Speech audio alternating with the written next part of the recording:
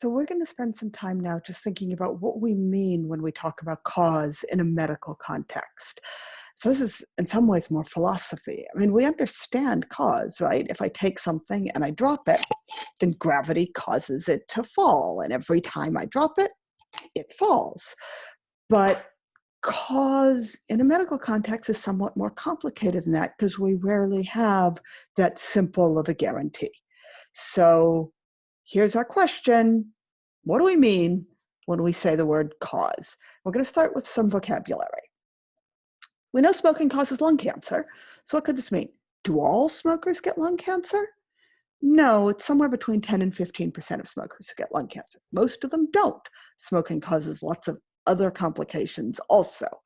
So maybe everybody with lung cancer was a smoker. That is, smoking was the only way to get lung cancer. Is that the case?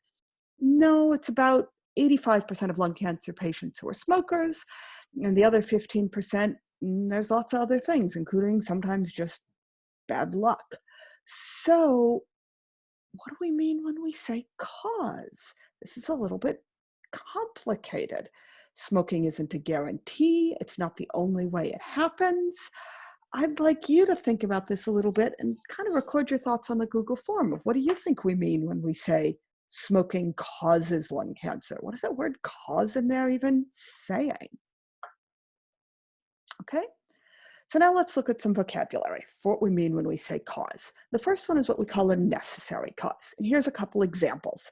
In order to win a soccer game, you absolutely must score at least one goal, or whatever they call it when you score points in the penalty kicks in overtime. You can't win with no points. Similarly, you can only get the flu if you were exposed to the flu virus. If you were never exposed to the flu virus, there's no way you could get it. That's what this whole shelter in place thing is all about, in part, is keeping people from being exposed to the virus that causes COVID. So these two things are what we call necessary causes. They are things which are absolutely required for the outcome to occur. If this does not happen, there is no way the outcome could happen. They are not guarantees. If you score a goal, that does not guarantee that you're going to win the game. If you're exposed to the flu virus or to the COVID virus, that does not guarantee that you will get sick, but they are necessary. And I'd like you to think for a little bit and see if you can think of a necessary cause for being admitted to Wellesley, something that absolutely has to happen in order to be admitted.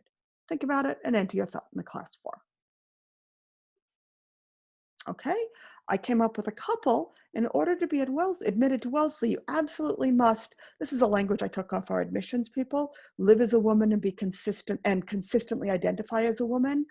I know we have somewhat more complex language about people who identify with non-binary genders, but who were born female. I'm just going to stick with this language for now. So something like that is required. You also, at least if you're applying through the more traditional channels, must take the SAT or ACT and submit your scores. You don't absolutely have to get any certain score. You might think you need good scores, but there's alternate ways to get through and all of that, but you absolutely have to take it. It seems funny to even call these causes, but they are certainly necessary. Okay, that's clearly leaving a lot out. So let's look at some more vocabulary. We also have the idea of a sufficient cause. So if the battery on your phone drops to 0 and it's not plugged in, then your phone will absolutely shut down and stop working. If you're playing a game of baseball and your opponents score no runs at all, then your team will absolutely, definitely win. So this is the idea of a sufficient cause. It is something that is enough in and of itself to guarantee the outcome. It's not something that is required for the outcome to happen. It's a guarantee. There's lots of other ways your phone could shut down other than its battery dropping to 0. You can certainly win a baseball game, even if your opponents score a couple of games, but these are sufficient. We'll say it's hard to think of a sufficient cause for getting admitted to Wellesley. Is there something that would absolutely guarantee your admission? So other than that, I'd like you to try to think of a sufficient cause for ruining a batch of cookies that you're trying to bake. So think about that and enter your thoughts on the class form. So the examples I thought of were, let's assume your oven's on. If you leave your cookies in the oven for way too long, if you forget about them and leave them in there for hours and hours, they are going to be ruined. If you leave out the sugar or any other sweetener, assuming you're not making some, sugar-free healthy cookies, then your batch of cookies are going to be ruined. As somebody who bakes, I will say there are lots of other ways to ruin batch of cookies, but these are two examples of things which would be sufficient. So let's just think a little bit more to be sure we understand these two things, these necessary and sufficient causes. I want you to look at this grid, and this grid is a bunch of people, and some of the people have been exposed to our exposure. The circles are people who have not been exposed, and the triangles are people who have. And we also know who got the disease that we care about, and that's people who are in red. So the people who are red got the disease. Sorry, it keeps pulling up this thing at the bottom, and I don't know how to get rid of it. Yeah, I'm not very good at this yet. So I'd like you to look at this and think about, is this exposure a necessary cause? Does it guarantee the disease?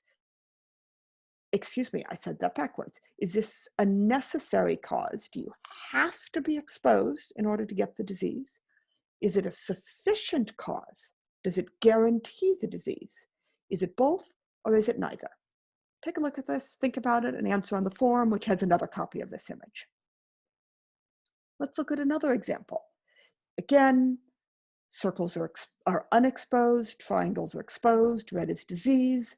Now, in this case, is the exposure, the triangle, necessary, sufficient, both, or neither? Record these thoughts on the form.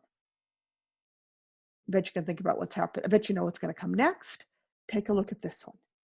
Is this an example of an exposure that is necessary, sufficient, both, or neither? And finally, record those thoughts on the phone. Form, not phone. Now that you've done that, I will say, looking back at them, this one is neither.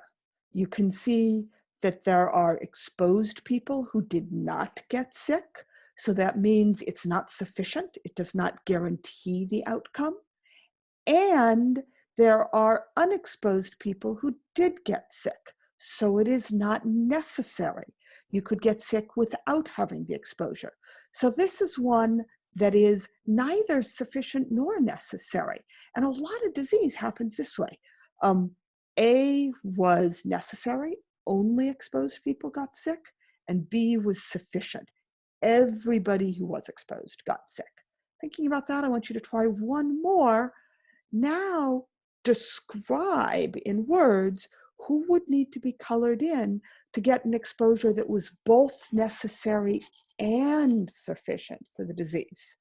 So that's your last question on the form. Okay. Finally, let's loop back to our question about smoking and lung cancer. I'm sorry, I do have one more question on the form. Is smoking a necessary cause? Is smoking a sufficient cause of lung cancer? I'd like you to answer these two questions on the class form. If you think about this, this is very similar to what we were saying at the beginning of this video. So this makes it clear that the language of necessary and sufficient causes alone is not enough to entirely understand cause, because it doesn't fully explain what's going on when we talk about smoking causes lung cancer. So on our next video, we will continue this question of what does it mean when we say cause in a medical context.